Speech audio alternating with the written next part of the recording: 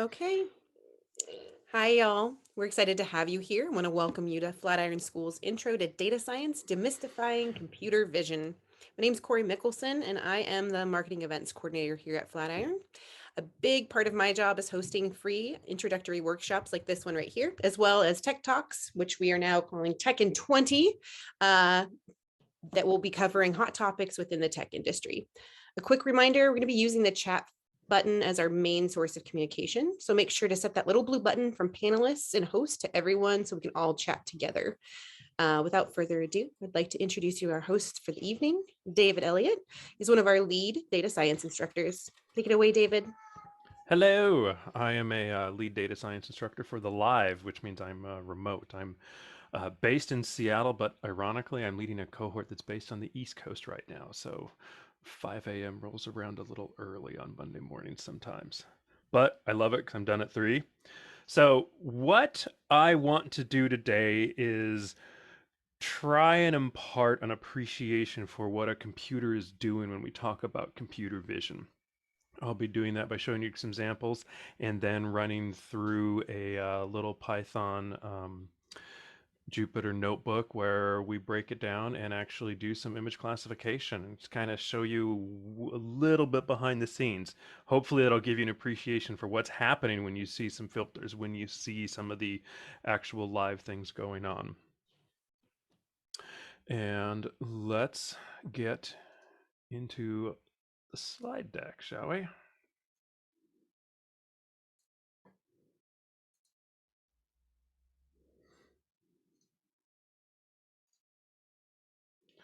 All right. First, let me make sure that you all can see that reasonably well. I'll wait for like, I don't know, thumbs up, a yes, a no. It's big enough, large enough.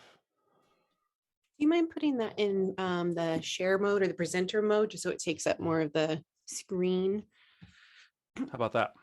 Perfect. Thank you. All right. So cover a brief history, just kind of give you a really high level view about what's going on, and then cover a look at how a computer actually sees an image. We'll have an exceedingly brief math lesson, mostly just to cover some terminology, and then I want to jump into a practical example in the Jupyter Notebook. What is computer vision, first off? Here's some examples. Basically, reading it, looking at it, trying to figure it out, finding patterns, finding shapes, finding objects. You can find the pattern here. If you look at this figure on the left, here's where you find the silhouette, pull it off the background. You can use that doing other things. Finding shapes. You will see this a lot when we talk about computer vision. And over here on the right, a filter, a Snapchat filter, or whatever kind of filter you want to do. And I'm going to foreshadow a little bit and say we're going to talk a little bit about filters later on.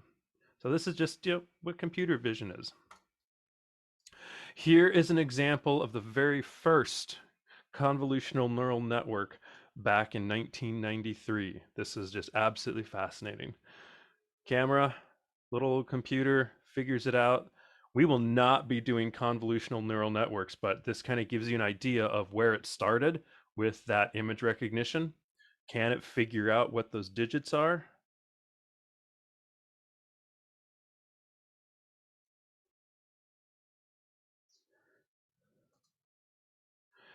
Here's a more recent example, and this one, sorry, this will have to change. I'll have to, I will expand this.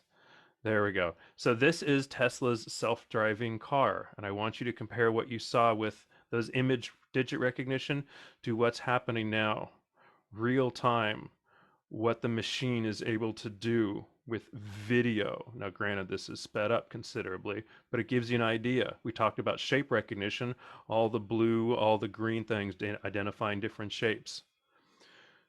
We've come a long way since 1993.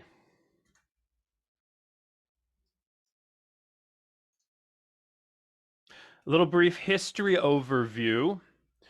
1996, a guy named Marvin Minsky. When you start studying computer science, in particular artificial intelligence, this individual's name will figure prominently. He basically needed to give an undergrad a project and said, "Hey, go see if you can make a computer see through a camera," and that was sort of the start. some of the main points that were coming through in the 60s. It's actually looking at what a synthetic world is. How does that apply? What can we do with it? Can we actually interpret some of the images in 1970s, recognize them and interpret it? ANN's artificial neural network, there's a whole variety of them that came in and out of vogue as they figured out some of the math behind them and how to do it. 1990s, you started getting a lot more.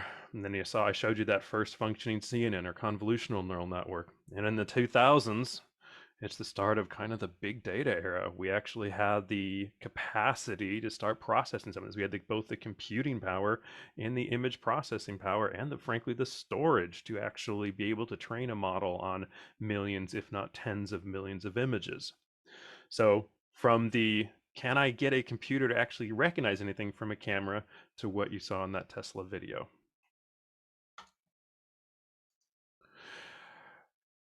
A computer doesn't see an image like we do. We see this nice color image here. Computer has to break it down. It breaks it down into first the RGB. I'm sure you all are familiar with that. RGB monitors. Red, green, blue, order of the spectrum. In case anybody asks, why is it RGB? Spectrum order. So it'll break it into 3 different levels. Even more interesting. Oops, that didn't work. Where did it? There we go. Sorry, I skipped this one. Take a step back. We see a black and white image as this, different levels of blackness or whiteness depending on how you want to look at it. A computer sees this, pixel, number. This is how a computer looks at an image. To expand on that, in order to get an RGB image, it has to break it into these 3 levels, red, green, and blue. Each of these is going to be looking at that like that number matrix to a computer. So the very brief math lesson we have here are, what's a tensor? Well, we have a scalar, which is just a number. You've got your vectors, and this is harkening back to linear algebra for some of you, I'm certain.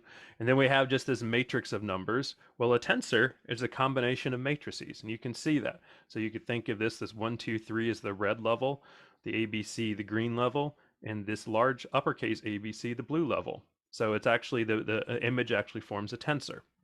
Oh, So if you've and heard, it looks like they're having trouble seeing the slides. Oh, maybe just Tanya. Never mind. Sorry. okay, I am sorry, Tanya. Okay, thank you for. So, if you ever wonder where the name Tensor Flow came from, that is one of the major, if not the best, the most common, the most prominent neural network package that's out there right now.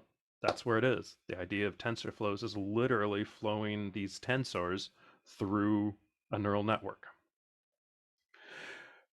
Questions about any of that, sort of a high level overview, a high level view of the history?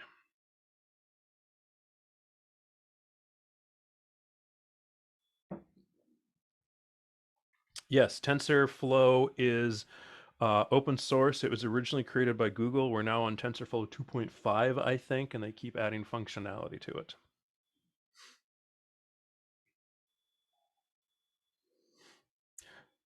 We will, yeah, just to be clear, we will not be doing anything other than using one of their data sets with TensorFlow. It's a that's a whole nother level of rabbit hole to jump down. Yes, that's a good way to put it, Justin. Pandora's box.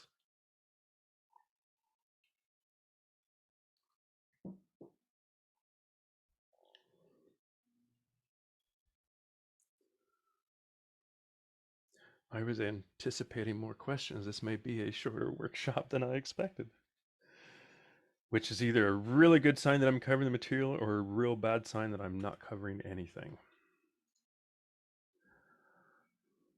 Let's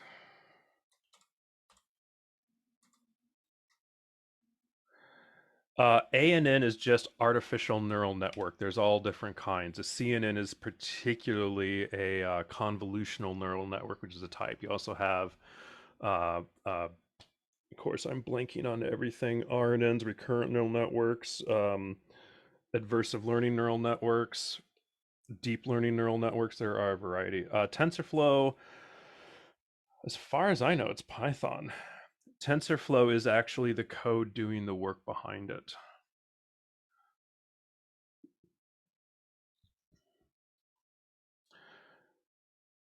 Tanya, are you talking about the boot camp, the data science boot camp? If you are, then absolutely. The whole point of the boot camp is to give you the background. It helps to have a little math, it helps to have a little coding, it helps to have a little stats, but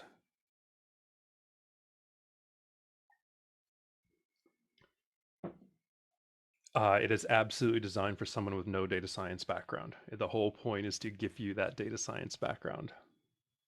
Do I have an understanding for what a neural network is?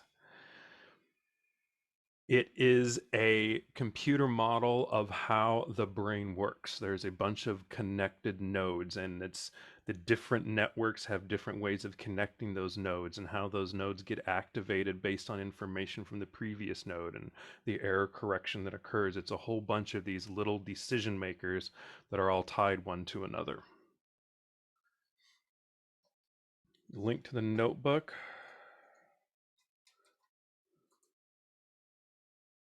Ah, thank you. I didn't do a good job with the, oops. What makes up a node? A node has an input, a decision function, and an output. And then it receives, if you're doing a full feedback neural network, it also has a feedback loop. That decision function, uh, there are a variety of them. Basically, it's deciding if the incoming information meets the threshold for the activation of the node, makes the activation threshold for that node, whether depending on the function it is, then it will activate and send data onto all the nodes that it's connected to. It's literally an input, a decision function, and an output. So it's an incredibly simple thing, but what they can do is astounding.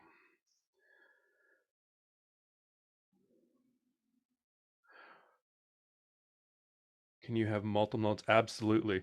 Neural networks consist of thousands, if not millions, of nodes, which is where the power in them comes. With that, let's step away from neural networks because I don't want to go too much further down that rabbit hole, even though it's a wonderful rabbit hole to go. What I want to do now is show you an overview in Python of how a computer breaks an image down. And then we are going to use a data set of handwritten digits that is a very, very common one.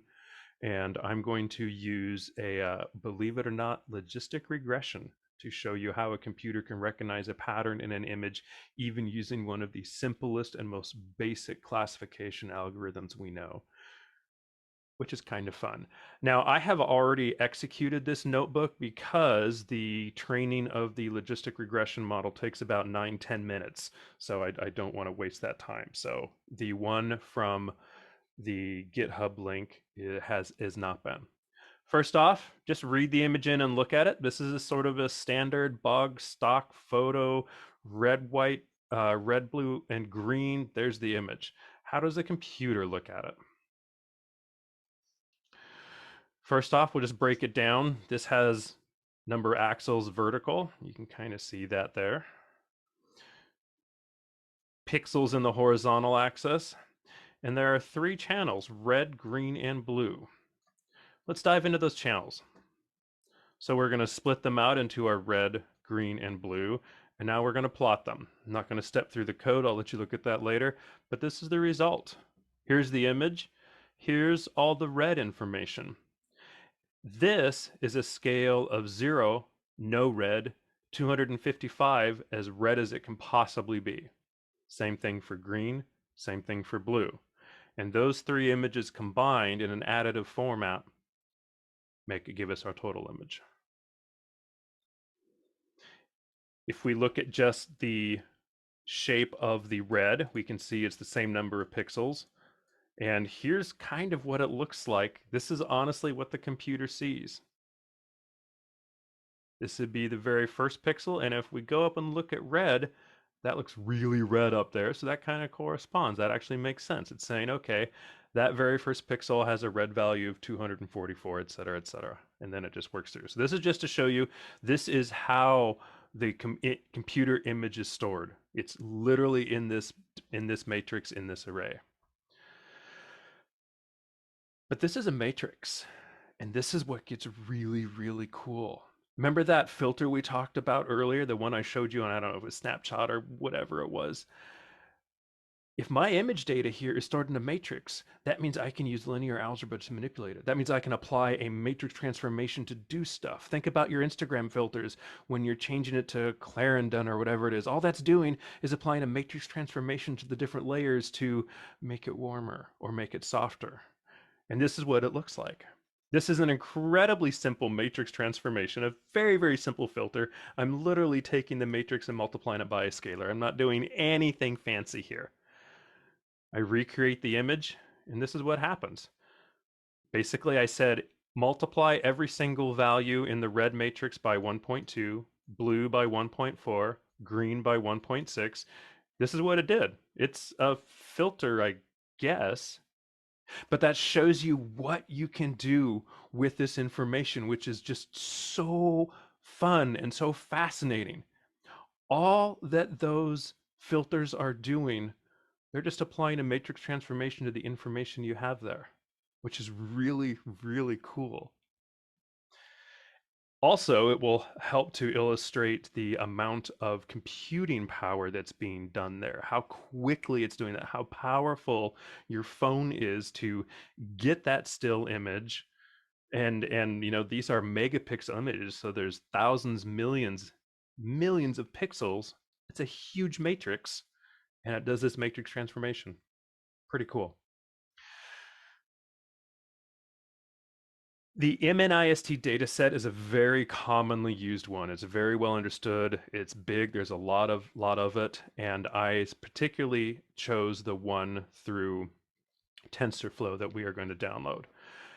It breaks it up into two sets. We're only going to use train, so that's why you won't see test reference throughout the rest of the notebook. Yes, that's an incredibly bad model training practice, but the point of this is not to how to train your model correctly. It is, I want to show you what's possible. So this bit of code just shows you what we have. Our training size, we have 60,000 images. Each of them is 28 pixels by 28, and that's our label that we need to know. And this is what they look like, kind of blown up a little bit, but you can see their handwritten digits. These are the first 9 images from the training set. Here are the first 9 labels, correctly identifying, which is good, 504, 192, 131. And as a human, hopefully those all stood out. Hopefully you have 100% recognition on that. Now, for a computer, well, I should say for something like logistic regression to work, I have to flatten this out. I have to take this 60,000 that is 28 by 28. This is a, this is basically a tensor that's 60,000 of these 28 by 28 matrices stacked, and I'm going to have to flatten it. I got to spread them out into, so that 28 by 28 matrix goes from a matrix to a nice long line. That's what this little bit of code does. And now, just to show you what it looks like, I still have 60,000 images, but it's one line of 784, which is 28 times 28. Just to kind of show you what that looks like and what the computer now has, just showed you this first one. Again, that corresponds to this digit. So you can kind of see lots and lots of zeros, a little bit of gray, all of a sudden a whole bunch of white. So that's the pattern being shown here. 253 is white, 0 is black, obviously. Now, this step is I'm normalizing. I'm basically taking everything down to a value between 0 and 1, which is necessary for how logistic regression works. And we're not going to dive too far into that. That's we cover that extensively though during the boot camp about why we have to normalize in for distance-based algorithms. But just to show you what the data looks like with that, it's just now all the values are something like that, 0 and 1s. So those of you that have some familiarity with data science or regressions or classification, you're probably scratching your head and going, logistic regression, you're doing image class. Seriously? This is the most basic, simple classification algorithm we have access to, which is exactly why I wanted to show it to you. I wanted to show you what this can do and then to extrapolate from there into some of the very complex networks, the neural networks. So this is the part that takes about 10 minutes to actually. It looks like I ran in 8 minutes and 35 seconds. So I did not rerun this cell. But from here, 94% accuracy. It's like, that's pretty good. The rest of the code is simply here. What I'm doing here is I'm creating a data frame that we're going to look at in just a second with what the actual value of the image is in terms of the label, what the prediction was from our model. And then I'm going to show you something that's kind of cool. Since we have multiple classes, we have a class for 0, we've got a class for 1, 2, et cetera, up to 9. We have 10 separate classes. I want to show you what the probabilities that this model predicts are. So I just kind of go through here and I filter out the first 9 samples that were wrong, that the machine guessed wrong on. Show you that, and this number here is simply the index so we can look at more information. But you can kind of see it predicted a 5. That's actually a 9. Well, I can kind of see that being a 5. This is it predicted that a 9, it's a 7. I can really see how that would be confused as a 9 versus a 7. Same thing here. Predicted 1, it's actually a 2. Yeah. And that one, yeah, I can see why that would be slightly confused. But it's pretty interesting. The other part of this I wanted to show you, like, we'll take a look at 148 here. So 148 is this line right there. And these are the actual percentages that it thinks each class is. It's 0.2% that it's a 0 class. And if you look at the highest ones, 2 and 9. It's like, well, it's 54 isn't a really high probability, since probability is, 0 to 100 in this percentage scale. So it's like, I'm really not certain about what it is at all. If we look at 202 here, the 5 versus 8, it's the same thing. It's saying I'm almost 50-50 between the two. I don't know. This one's slightly higher, so this is what we're going to do. Pause and see if there are any questions about what I'm covering in this little notebook.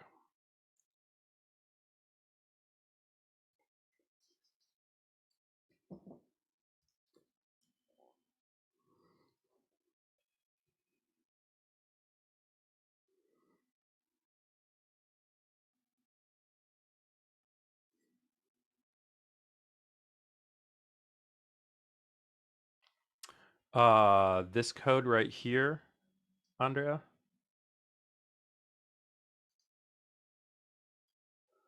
I only ran one logistic regression. This code right here was pulling out. Okay, pulling out the libraries. I'm gonna scroll real fast. I apologize. These are the libraries I used. I pulled in the data sets from Tensor Flow, Matplotlib, Scamage.io, scikit-learn, NumPys, and Pandas.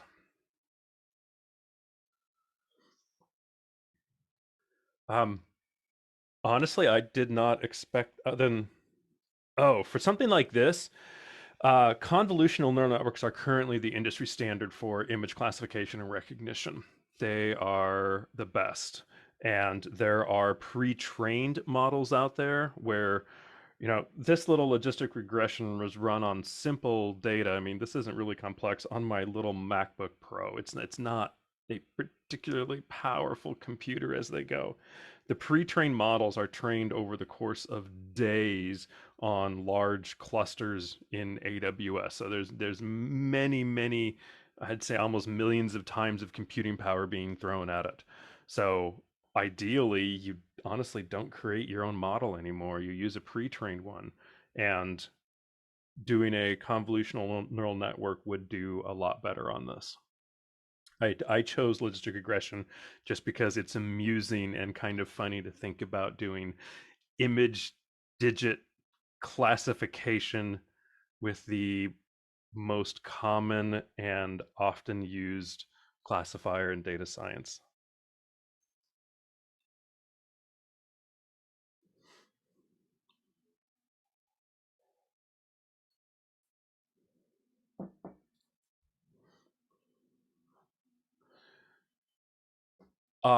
Sarah, I did not create the data set. It has been created. There is an excellent wiki link going into depths about it. Theoretically, did I? There we go. This Wikipedia article goes into all the information about the data set, where it was from, how they got it, what they did to it. So there's a lot of processing behind here that I didn't have to do, thankfully. So it's, yeah, the idea is to give it lots of images of different kinds and say, hey, this is a 5, this is a 0, this is a 4, but lots of different versions of 4. And I think you could see that here. They have all these different, let me zoom in a little bit so you can see just an example of all the different ways people write digits. So we let the computer see all these different versions of a 9, all these different versions of an 8, and see if we can get the computer to recognize it. Confused between the relationship between data science and image classification. Image classification is one facet of data science. Data science covers a huge range of things. You could be data science specializing in statistics and doing inferential models to try and determine the relationships between the data.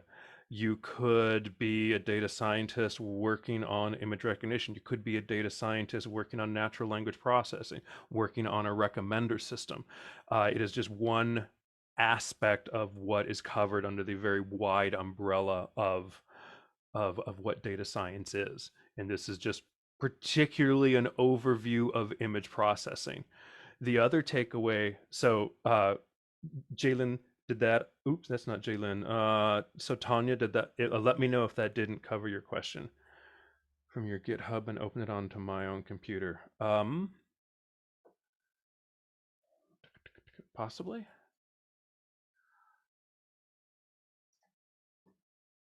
There are a couple ways. Oops, wrong way. Sorry. Let me zoom back in so this is legible. If you open this up, should be what you see. You can there's a couple different ways to do it. You can clone it down if you're familiar with Git. You can download the zip, which will be just a little bit, or you can open up the Visual Studio. You're going to need Python and Jupyter and some other things installed to run. Cool. Well, Robin, think post office. Think zip codes in a post office. Something like this, digit recognition. How many if you're not pre-printing an envelope that has a barcode that's going to absolutely identify it, how many envelopes are handwritten? Think of all the Christmas cards. Although most people seem to do labels, but this is one example, and this was honestly the one of the main reasons this was trained. The millions and millions of envelopes. Can you identify the zip code? Can you recognize it, classify it? Good. That's going to filter it and move it through. That's one example for something like this very specific thing. And I believe this data set was taken from data from the US Postal Service originally. That could be another one. I could be wrong about that. But this is kind of we call them toy data sets. They're small, they're easy to use. So it's just more of a giving you an example. So it's similar in that it's manipulating data. It's don't send it back to you because the computer does not. Similar to NLP in that it is an aspect of data science, similar to NLP in that it is a way of getting a computer to recognize patterns. What NLP does is strikingly similar. It takes something that is inherently not binary, i.e., ones and zeros, or something that the computer can recognize in it, and changes it through some manipulations into something a computer can use. And that is absolutely something we cover within the bootcamp. Natural language processing is fascinating. It's probably one of the fastest growing aspects of data science right now. And when you think about it, it makes sense. Think about all of the billions of text bits of information, restaurant reviews, Airbnb reviews, tweets, all of those things, website descriptions, music descriptions, being able to process that vast amount of text data and come up with some sort of something usable from it. So in that it is changing and inherently difficult to use in a computational sense object. That is absolutely what they're doing with those drive-by cameras. They have a model trained, so it goes through. It does some of the uh, I'm going to flip back to the presentation to show you what I'm talking about. It will do something like this, where it identifies the license plate through shape recognition and then looks at the digits within there and identifies the digits. That is absolutely what is being done on those cameras.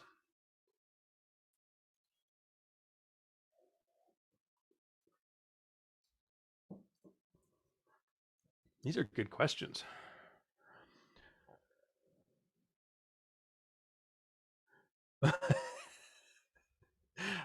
Dot definitely does not talk to me about stuff like that.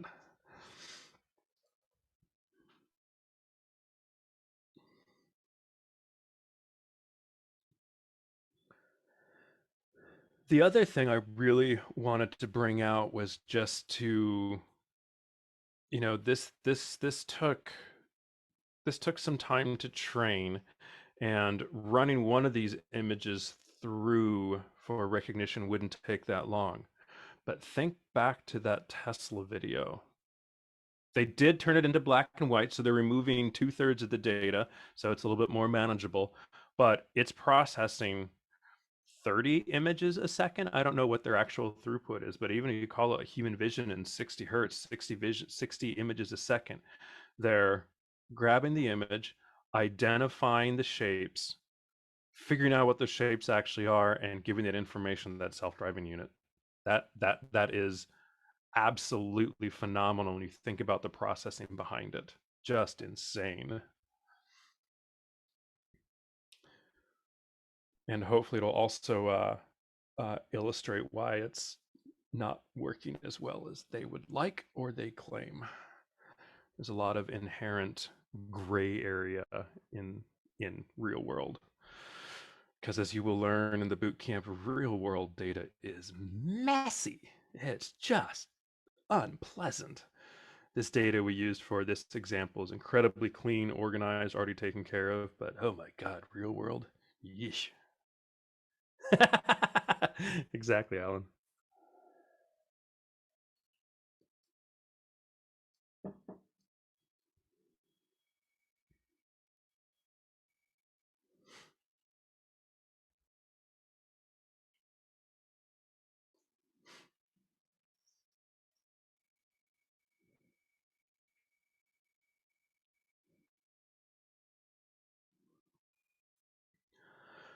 That was the material I wanted to cover, and the rest of the time I'm more than happy to answer questions and talk about this, talk about the program, talk about, without trying to get down into too many rabbit holes.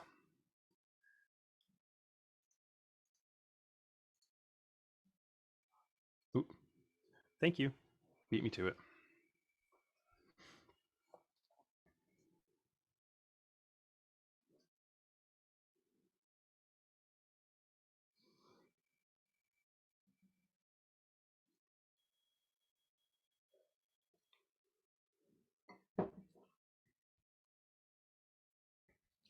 It's also kind of fun to think about what's happening with the filters you see on Instagram. How did they figure out what the transformation matrix is to make everything a little bit more blue or a little bit more green or to sharpen stuff. And when you get some of the uh, it is available right now. That link that got sent out, that Corey sent out, is up and running, and the code is there.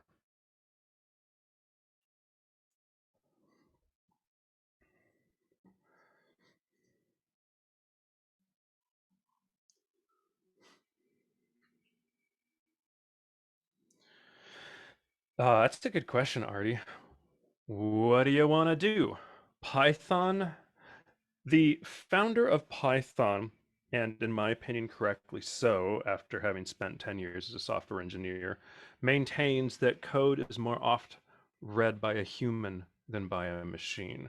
And that is very accurate based on how many times I was trying to sort through my code to find that stupid bug. So Python is designed to be readable by humans. There's some style conventions that once you get the hang of them, it's all okay. This all makes sense. This is what's going on. This is easy. Python is an easier introduction than Java. Java has a much stronger, much higher, um, steeper learning curve. That's the word. A steeper learning curve.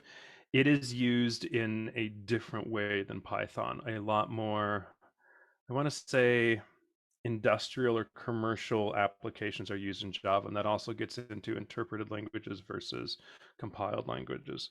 So courses you should take before boot camp, what I recommend is some kind of Python course. I before I took my boot camp 3 4 years ago, there still is, University of Michigan has an excellent MOOC, massive online classroom, that that talks about Python. It was a very, very good introduction to Python. I would also consider taking some kind of stats refresher.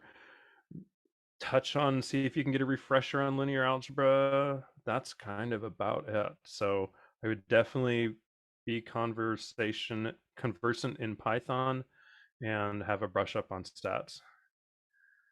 What sort of policy, legislation, standards? Yeah. Welcome to the wild, wild west. GDPR in Britain is taking a stab at that in terms of data protection rights. But here in the US, we have HIPAA in terms of data protection. There's one at the universities whose acronym I can never remember.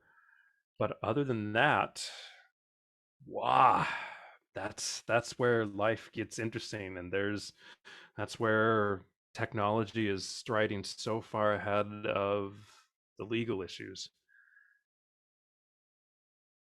Identifying interesting features in microscopic images. Um, I think GPT-4.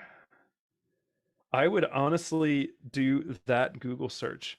And here's what's interesting about this, Kevin, is that the computer doesn't care. It's looking for patterns. It doesn't care if it's a slide of a bacteria. It doesn't care if it's an image of a roadway. It does not care. It's just looking for the pattern and trying to identify it. What you need is labeled images saying this is what this is, this is what this is, so the computer can say, I think this is what it is. And then it comes over here, looks in there, oh, I was wrong. Okay, let me go figure out what happened. Oh, that's closer. And then it figures out. That's how the model is created. Uh, explain.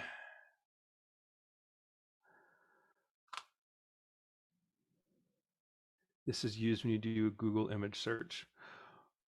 I can't. I don't know enough about Google image search, Bryn. So I'm trying to focus now.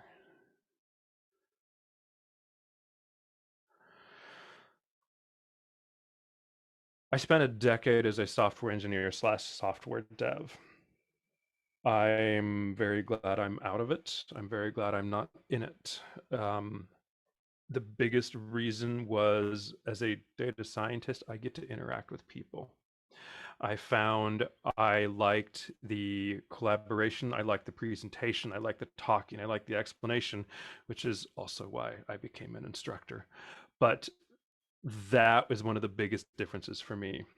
Software developers Data scientists are, oh God, sort of that cross between a statistician and a software developer. You still got to be pretty darn good at code, but you're not going to be worried about some of the fine details of memory leakage or usage optimization. You're not going to be worried about collecting your making sure all your pointers are being handled. A but on and also on that side, you're not as concerned with some of the statistics that a statistician is.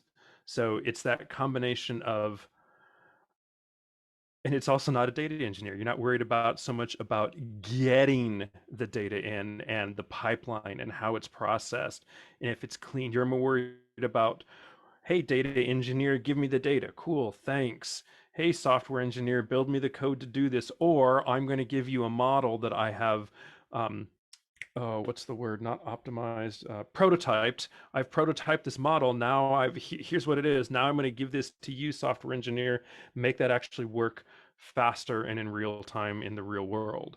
You're the one creating it, handing it off.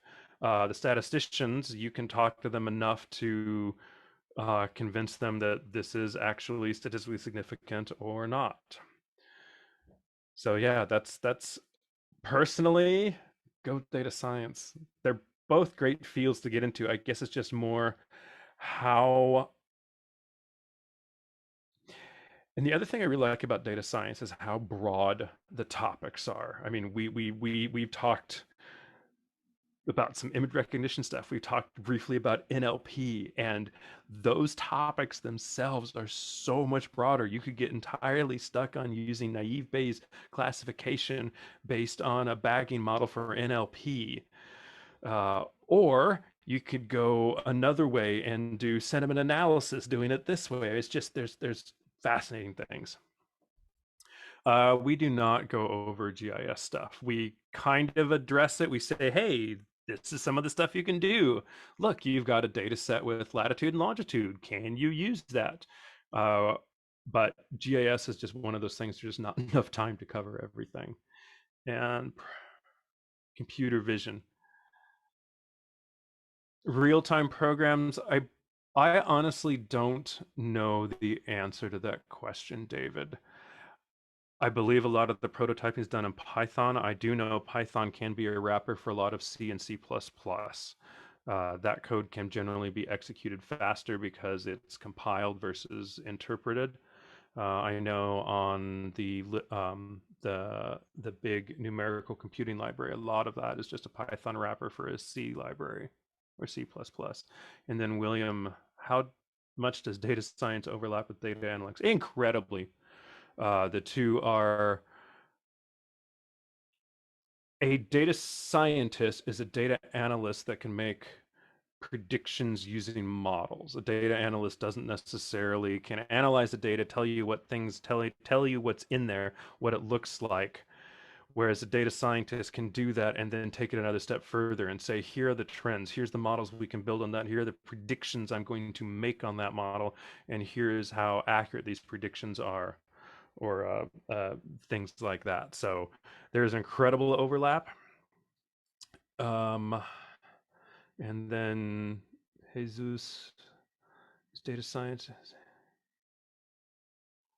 This program absolutely covers a large amount of data analytics. Um, we just take it further. Any tips? Yeah, let me know when you're done, and I can't wait to see it. Um, there are absolutely things that have done that. There are Python libraries that are already available to help read images in real time, so you can hold something up. I've seen things held up to a webcam and just in as an example. So there's absolutely got to be. I don't personally know what it is, but a quick Google search will show you what sort of libraries are there to connect.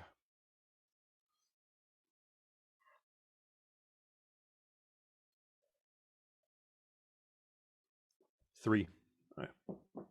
Python 3. I believe the latest is 3.5. Let me check.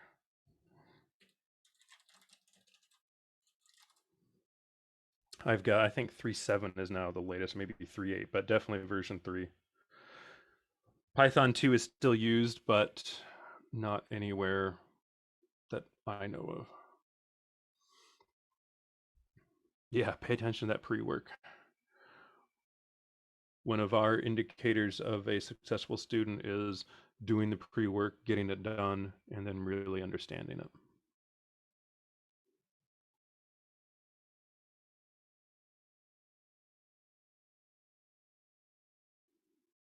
Okay, thank you, Simon. We tend to be a few releases behind the latest because we have to ensure that all of our material, y'all know how it goes. We have to make sure all our material are updated with the libraries and the libraries all compatible, because just because it's 3.10 doesn't mean all the libraries are compatible, and we got to make sure our code is, and it gets to be fun. But I believe we're up to 3.8.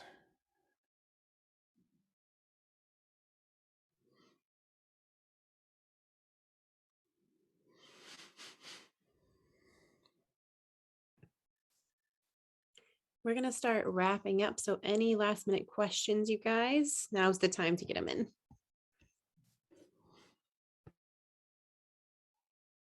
Well, I will say thank you while we're waiting for the next questions. Thank you for showing up. I obviously love talking about this. I'm more than happy to jump down rabbit holes.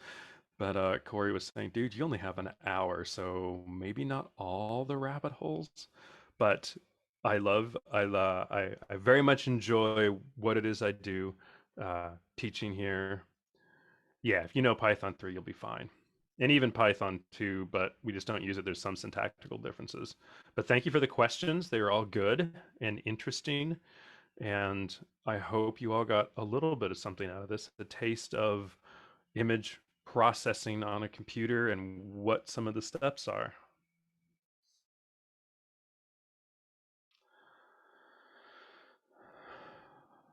Sarah, my answer, that's a self-driving car. If I could, and like my family lives about 4 hours south, if I could get on the highway, hit a button, open a book, awesome. My job before doing this, I had to drive a lot, and being able to not have to worry about that, getting that 4 hours of my day back to do something else would be excellent. There is also an incredible, outside of that, the other absolutely fascinating thing is illness detection in x-rays and MRIs. Being the computer can recognize a pattern currently, as well as a I can't even remember the name of what the x-ray radiologist, thank you, a radiologist is, but that's another way that's going to be really interesting. How much better can that work? Fun, Jeremy.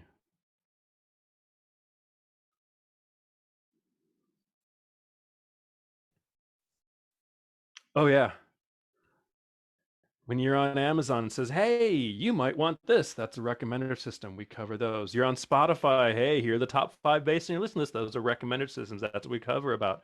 When you're doing your autocorrect, that's natural language processing.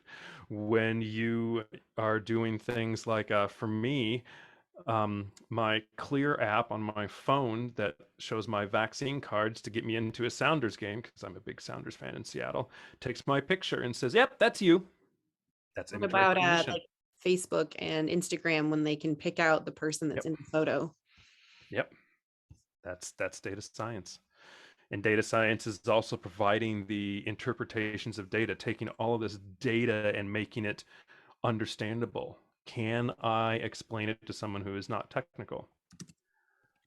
Uh, Absolutely. To Russ,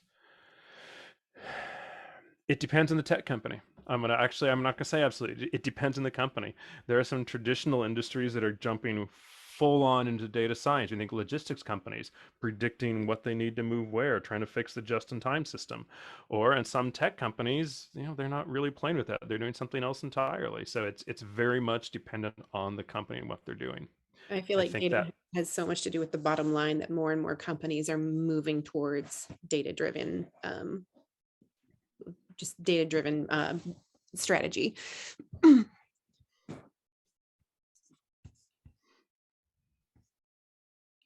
After a person completes the boot camp, can a person actually get a job, or do you need additional classes? People get jobs right out of the boot camps regularly. People get jobs in the boot camp. Yeah, well, while you're still in it, I've seen multiple stories of people getting apprenticeships and different internships and regular jobs straight from the program and before they've even finished. We have a lot of information on that in our info sessions that we host once a month with our admissions team, as well as we put out job reports on Instagram and a couple of other social uh, programs whenever, probably like once a quarter, to show where our graduates are getting hired at. Do you know how long they work with the career coaches, David? Post graduation? I think it's at least 3 months. I think longer if you're actively participating on it. I mean, they will drop you if you're not actively participating, but if you're doing what you need to do and work and participate and work with them. It's one of my favorite parts about the program is that you have a career coach that helps you not only get more prepared for like the types of interviews you're going to be doing, as well as like recommending places to apply and really just kind of being a support for you as you enter the job market.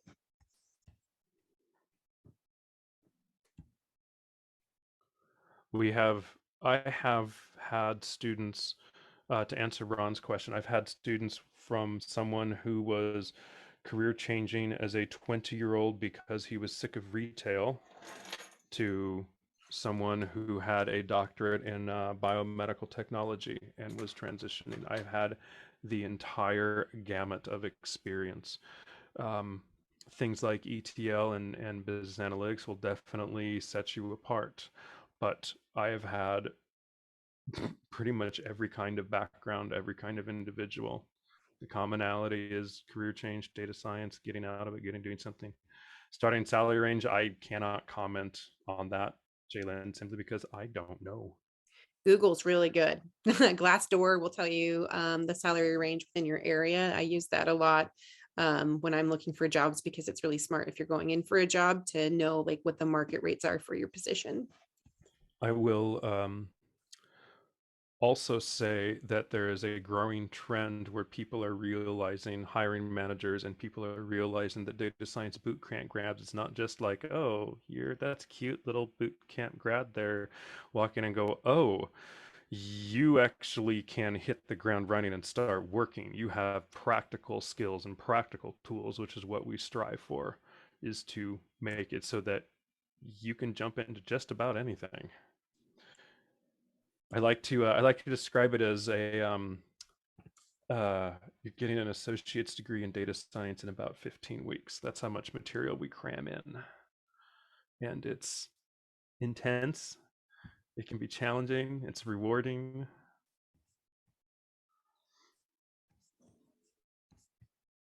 And my water glass is empty. Dang it.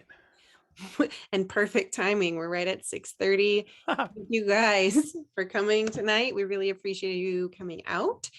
Big thanks to David for hosting again this evening. I did put in the chat, there's a little link to a 10-minute chat with one of our admissions reps if you guys would like to know more information about Flatiron School.